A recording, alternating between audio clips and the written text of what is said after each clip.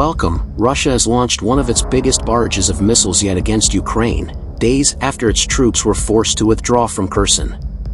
The capital Kyiv was among the cities hit, with officials saying at least one person was found dead. There were strikes across the country, from Lviv in the west to Chernihiv in the north. As well as following Russia's setback in Kherson, the attacks come as world leaders meet at the G20 in Bali. There Moscow faced fierce condemnation for the war in Ukraine. It's clear what the enemy wants, Ukrainian President Volodymyr Zelensky said.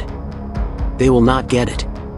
Air raid alerts sounded across the country on Tuesday, and Kirill Tymoshenko, the deputy head of Mr. Zelensky's office, said Russia fired over 90 missiles.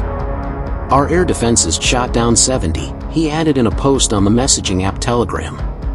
There were also reports of power outages affecting millions of homes in several cities, as well as neighboring Moldova. Describing the situation as critical, Mr. Tymoshenko accused Russia of carrying out another planned attack on energy infrastructure facilities, saying 15 such sites had been damaged. In video shared by President Zelensky's office, what looks like a block of flats can be seen on fire, with flames billowing from windows. Kyiv resident Svetlana Romanchuk told the BBC she was lying in bed when the raid started. "We crawled out into the corridor, there was already a burning smell," she said.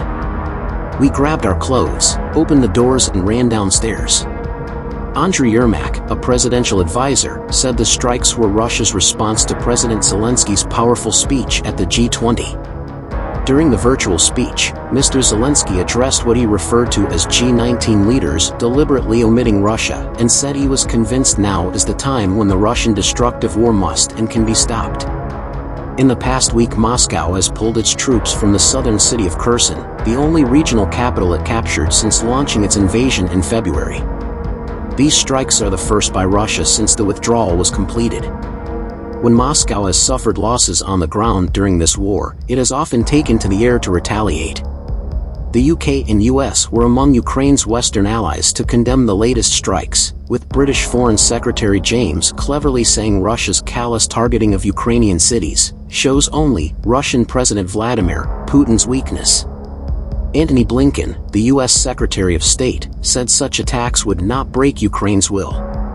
The invasion has left Russia internationally isolated, a fact underlined on Monday by a UN General Assembly resolution calling for Russia to be held accountable over Ukraine.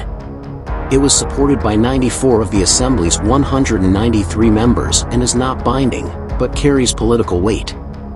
It said Russia must bear the legal consequences of all of its internationally wrongful acts, including making reparation for the injury, including any damage caused by such acts. For previous UN resolutions have also criticized Russia.